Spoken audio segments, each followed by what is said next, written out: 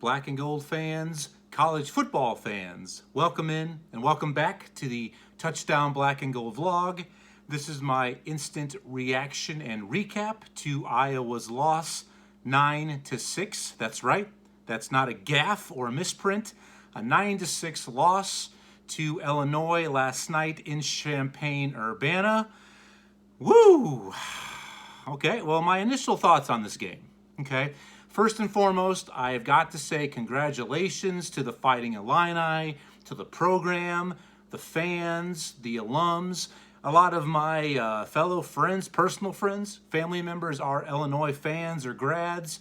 I got to hand it to you. Big time congrats. The better team did win. With that win last night, you snapped Iowa's 8-game win streak against you guys straight up. And coming into that game, I think Iowa had won something like 12 of 13 or 13 of the last 14 matchups in the border rivalry, so to speak, and it really hadn't been much of a rivalry at all. But it was great to see this game matter. I'm telling you, it was so good to have this rivalry back. I mean, I missed those games as a youngster growing up in Northwest Illinois. The mid to late 80s and throughout the 90s, I mean, those matchups meant everything. I mean, at my elementary and junior high school, during game week of Iowa-Illinois, we would have Illinois-Iowa Day on that Friday. So you'd dress up, you know, representing whatever team you rooted for, and we'd have special games and contests throughout the day. It was awesome. So congratulations. And to Iowa, my initial thoughts on that, wow. The offensive struggles continue to plague this team, and just when you thought things couldn't get any worse or low, it seems like they have. And what really concerns me is I don't know if we've seen this Iowa offense hit so-called rock bottom yet. And that really concerns me and worries me and gives me nightmares here in Halloween month. But anyway, with the loss, Iowa falls to 3-3 overall, 1-2 in conference play. And with the victory, the Fighting Illini improved to 5-1, 2-1 in Big Ten conference play. And I absolutely expect that come later this afternoon, they will be ranked in the AP Top 25. They should be anyway. Kind of a side note, I'm also interested to see how many spots does Alabama drop, if any, after getting an absolute scare at home in Tuscaloosa as a 24-point home favorite against Texas A&M, who, you know, if you've been watching my past episodes, I am absolutely all on A&M for being the frauds and the fake news of this season. But wow, the game last night in Champaign-Urbana, and I am coming to you Sunday morning. I've got a hoodie on. It's a little brisk here in the Show Me State of Missouri, where I reside. Plus, by the time the game ended, I wanted to get my thoughts in order. It was kind of late, and I didn't want to wake up my children who were already sleeping, and my wife had a little bit of back pain, a little bit of a migraine, even though she did watch the game with me. So I thought I'd go and pick it up this morning. And before I say anything more, thank you for everything all of you have done for the channel. We just recently reached 100 subscribers. That was my second milestone for the channel. None of that is possible without you, your support, your time. So my next milestone, I'm going to set it at 200 subscribers. Last week's instant recap and reaction episode I did for the Iowa-Michigan game, I did tag the Michigan fan base, and they came out in droves to share their insight, their comments. They shared, they viewed, and I absolutely welcome and encourage that. So Illinois fans, if you're watching this, this is why I did tag you in it, and I welcome and encourage any participation by you, the Black and Gold family, or all college football fans. You're all welcome here. Like, share, please subscribe, but comment. Let me know what you think about the game, your season, Iowa's season, what you think the issues might be. But Overall, Illinois, I'm just going to say one more thing before I move into the good, the bad of the game for both teams. Then I always kind of wrap up with where do we go from here, what's next for each team involved. But Illinois, I mean, you should not be surprised. I mean, I was not surprised by last night's result. With the victory, Illinois was favored after all.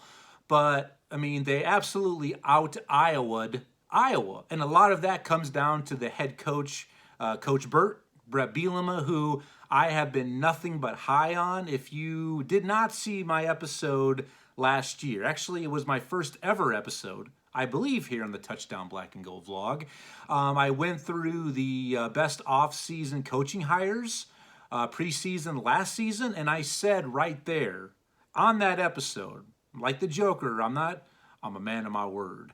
I said that that was the best coaching hire Illinois won the offseason. In that regard, you bring back a guy to the Big Ten who is a proven winner. I mean, he has Big Ten ties. I mean, he played and coached at Iowa. He did nothing but win games at Wisconsin. I believe, 3 Rose Bowl appearances. He knows how to recruit the region, and he knows the culture of the Big Ten and the environment. So I am not shocked or surprised by what we saw happen. I maybe am with your season right now, Fighting Illini fans, because I thought next year would be the year you really would kind of announce your presence. Hey, welcome back. So I think you're maybe a year ahead, but I'm really excited like you are moving forward to see where this season takes you, and I'll get to that here in a little bit. So congratulations again. It's great to see this game matter, like I said. I mean, every game always matters, right? To us fans, we always want victories, and it always matters to the players and the coaching staffs. But as far as ultimately mattering from the perspective of playing for the big prizes, this game absolutely had that, because now Illinois has announced, hey, we are here, and it puts you guys right in the middle of the wacky Big Ten West race, which coming into the weekend, there was a 6-way tie for first place. So you got to love that. But let me get to the good and the bad of this game. The good, I mean, the Iowa defense, I mean, it's like a broken record. It's kind of what we have grown accustomed to in Iowa City, or all of us fans all across the nation and the world, that we know what our defense is going to do. They're going to keep the game close. They're going to keep the offense within striking distance, or occasionally they will outright win the game for us, and they almost did that. With how bad the offense looked and played, they easily could have escaped Champaign still with a victory. The defense forced 3 turnovers. I mean, and 2 of those were within Illinois territory. One was inside the 5-yard line, which resulted in a field goal, which actually, no. That one that happened inside the Illinois 5 resulted in a field goal, and the other was off of a muffed punt that basically I think Iowa took over at the Illinois 38 and basically had to punt right back to Illinois. So the defense did what they do. They kept Iowa right there. Chase Brown, the stud running back for Illinois, he came into this game leading the FBS in total rushing. I still think he probably will be at the top. I haven't checked the updated stats this morning, so Illinois fans, let me know. But he did rush for 146 yards. Iowa defense kept him out of the end zone, so for the most part, they did corral him. He did not defeat Iowa. I mean, Iowa did whatever they could to keep that big-time rushing attack in check. It just came down to who was going to make the big plays, and Illinois made more big plays than Iowa did. I don't want to say Illinois played more clean because they had the 3 turnovers, but they just were able to cash in on their opportunities, and Iowa did not. So the defense, great job. I mean, you were all over the field. I mean, Phil Parker, I mean, once again, I think the overall kind of attitude or character right now throughout the nation is how bad the Iowa offense is, and I am not going to debate that. But really, it's getting so overshadowed with how good this Iowa defense is playing. And we are absolutely, folks, wasting a golden age of Iowa defense right now in Iowa City. The last 4 or 5 years, they have been an elite caliber defense. All we need is an average offense, and we could be finding ourselves playing for the big prizes each and every year. But just asking the good Lord above for an average offense obviously is too much, because here we are, the worst offense in the nation. So the good was the defense. Tory Taylor, the punter from down under, he absolutely is still Iowa's MVP. He's been their best player all year. He continues to show up and ball out. I mean, he had, I think, 8 punts on the evening. Let's see. Yep, 8 punts, average of 41 yards per punt, 3 inside the 20, which 2 of those were inside. I think all 3 of those were inside the 15, but 2 of those 3 were inside the 10. So the guy continues to be an absolute revelation. I mean, his status only continues to climb in Iowa City because, after all, punting is winning, like us Iowa fans say, which, hey, you know, that's okay to take a lot of pride in your special teams, and you should, but maybe that's what the main problem is, that's our perspective, that punting is winning. That completely summarizes where we are from an offensive standpoint, because the offense continues to be offensive, okay? Okay, so the bad. And I'll say the good, the Illinois defense, I mean, I got to hand it to them. They came in the best scoring defense in the nation.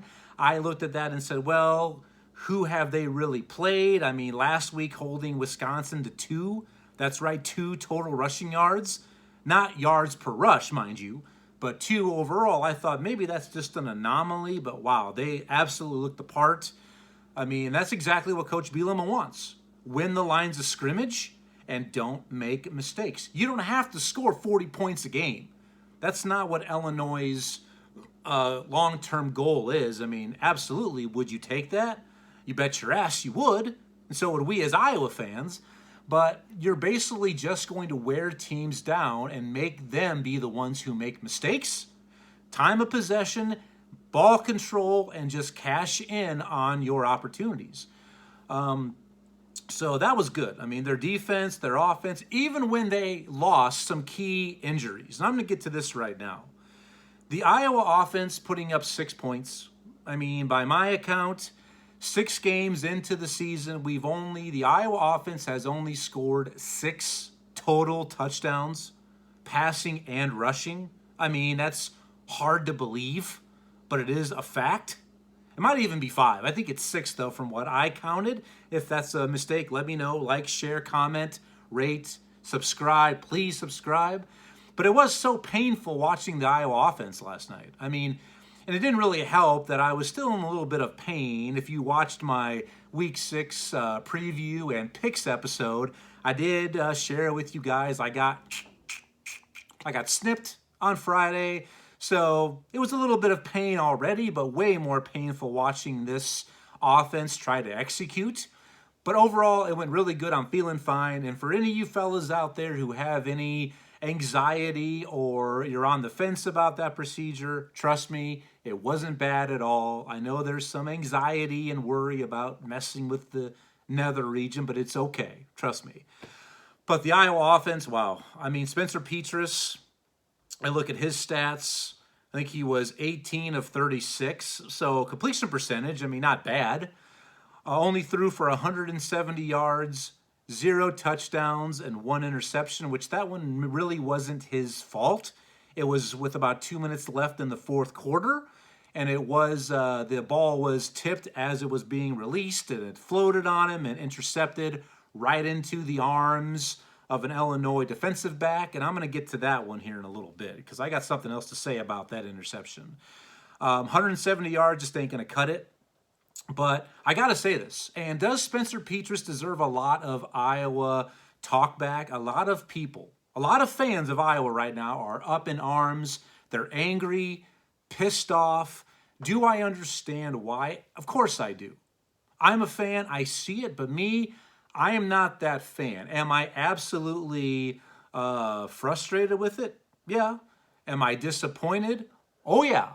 And I am beyond concerned because this season is really, really going to be difficult. It already has been.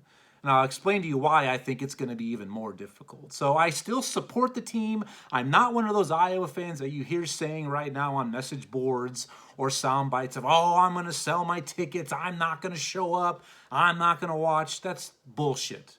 Push comes to shove, they're going to be there. So that's not me. So I look at it from an objective standpoint. I'm not a Homer Simpson. But this offense, I mean, Spencer Petras deserves a lot of the shade being thrown at him, as does offensive coordinator Brian Ferentz. People have been calling for his job for a while now, for weeks, maybe even into last year, if not years prior to that. But you got to start with the Iowa offensive line, guys. I've said this on several episodes now. This offensive line, everything starts and ends here. Because for you fans who understand the game, you know, as your offensive line goes, so goes your offense. And this Iowa line is so un-Iowa-like. They are so inconsistent. They have underperformed now for years. I mean, Spencer Petras is back there running for his life. These guys continuously give up they give up zero time during pass blocking. They cannot pass protect. I think the Illinois defense, I think it was 6 sacks they recorded. Let's see.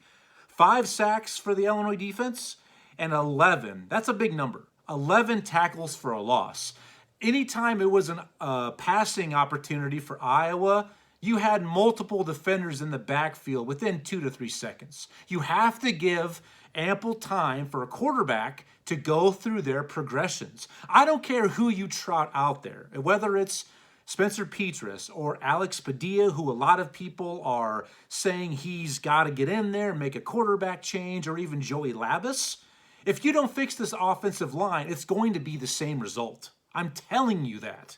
This is the biggest problem with the offense.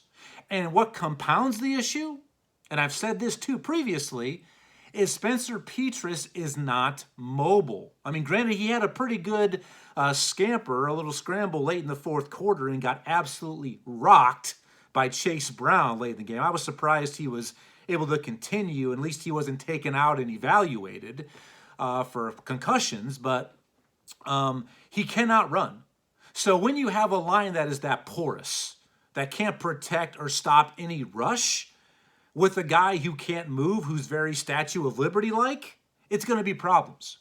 So that's where it needs to start. If anyone needs to be removed right now from a coaching responsibility, the Iowa O-line coach needs to be reprimanded or just flat out removed. That's where it needs to start.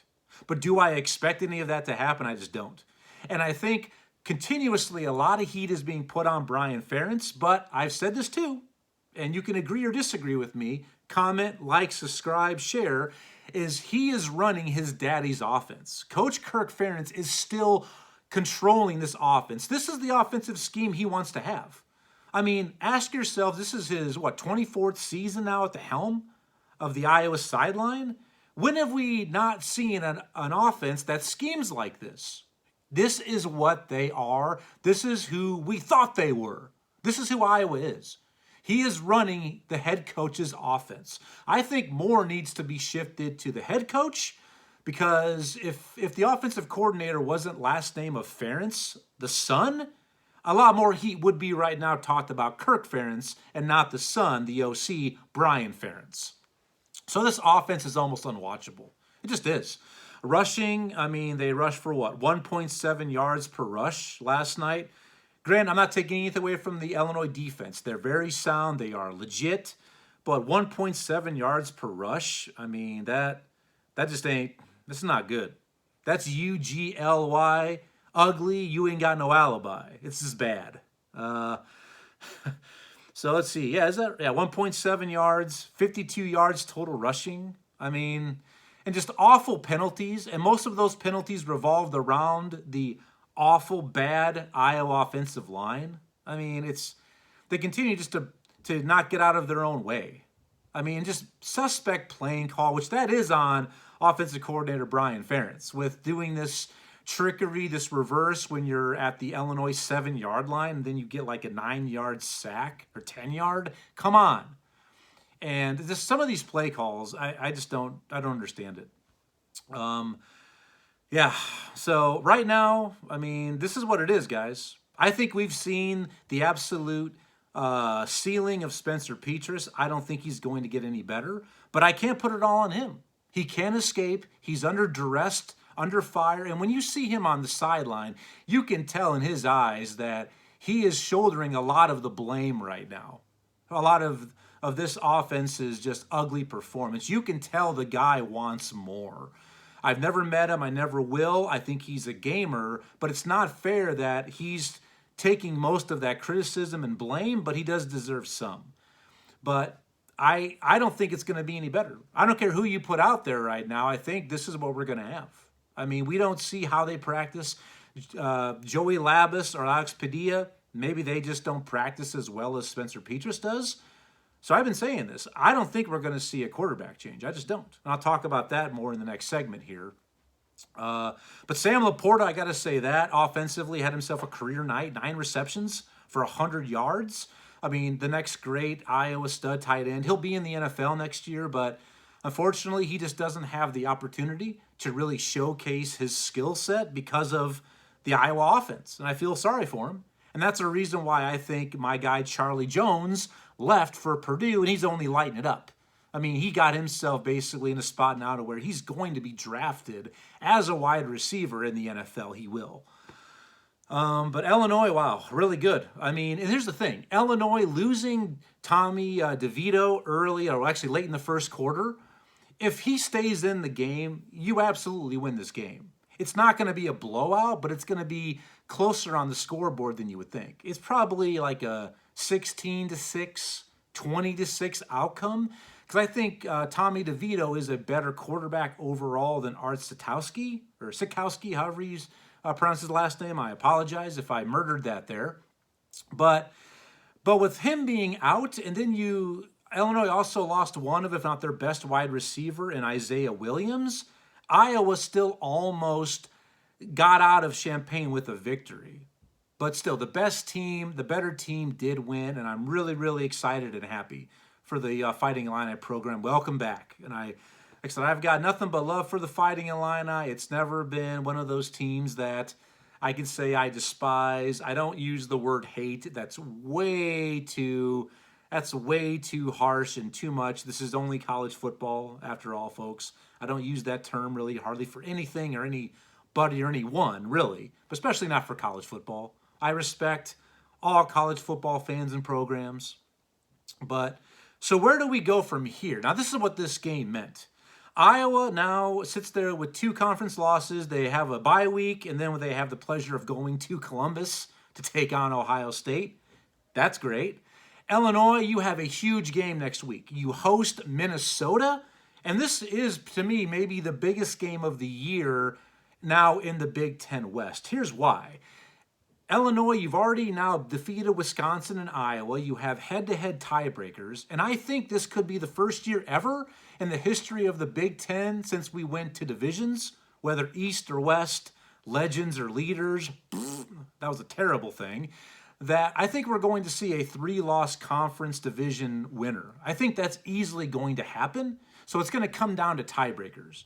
And if you're able to beat Minnesota next week, that's right, the bald-headed beauty, PJ Fleck, they're rowing the boat down south on the Mississippi to Champaign-Urbana.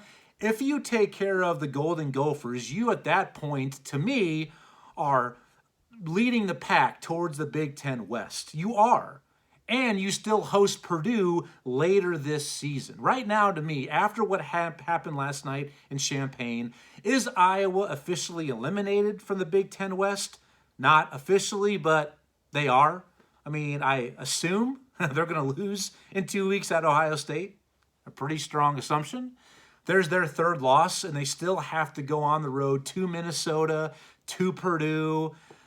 I just don't see that happening. I mean, maybe we've seen stranger things happen, but they would basically have to win out, and I just don't think that's going to happen with Iowa.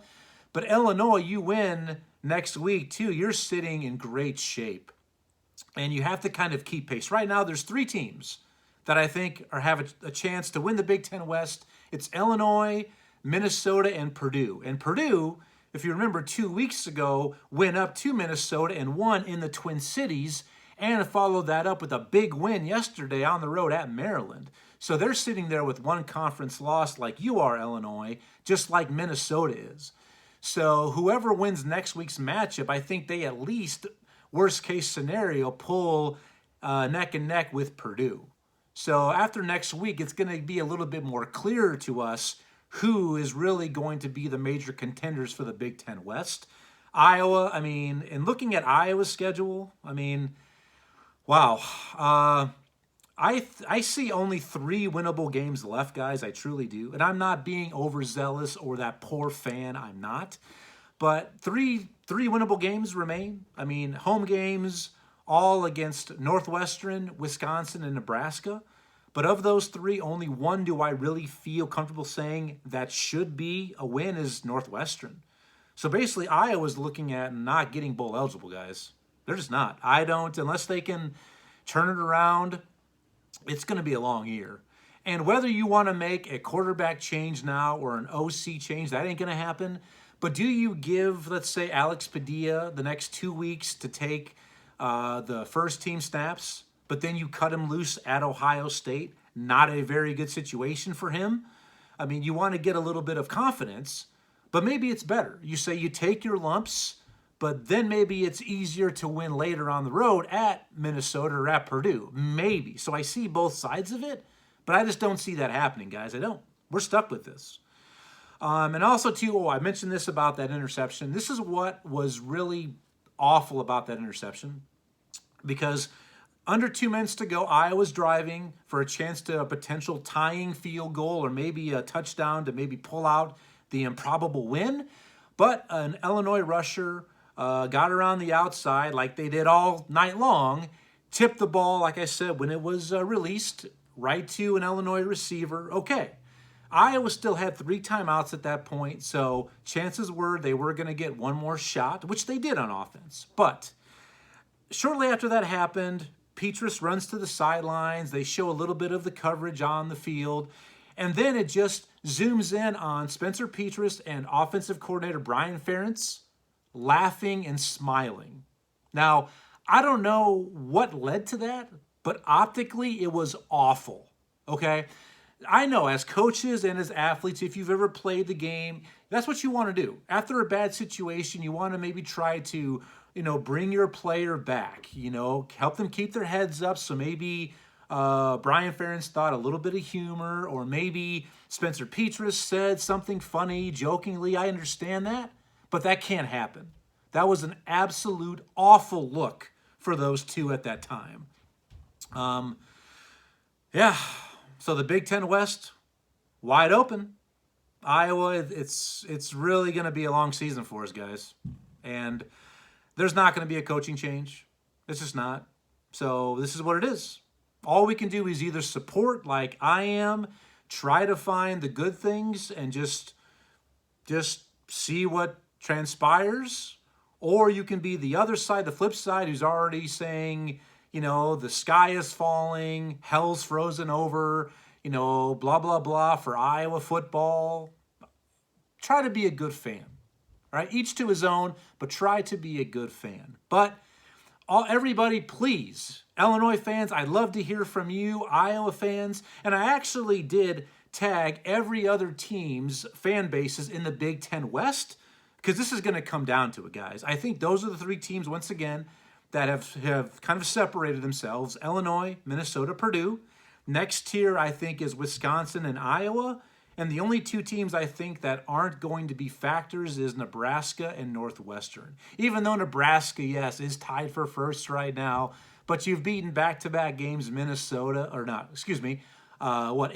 and Rutgers. I mean, not much to write home to, but you lost to Northwestern, who may not win another game all season, by the way. So that's where we are. I want to hear from all of you. Please comment, like, share, subscribe. Let's keep a good thing going. Get the word out there. Look for me. I'm going to have my Week 6 review and recap episode either Monday afternoon or Tuesday afternoon up here on the channel. So I'd love to see you again. Until that, like I said, I don't know where we go, Iowa fans, but I do know I thank you for all you do, your support, your time, your involvement, and this is not possible without you. Thank you for letting a college football junkie like myself be here with you and share my love and passion of all things college football and black and gold football. So until then, enjoy the rest of your day and your weekend, and I'll see you soon. Thanks for joining me on this special episode of the Touchdown Black and Gold Vlog. See you soon. Bye-bye.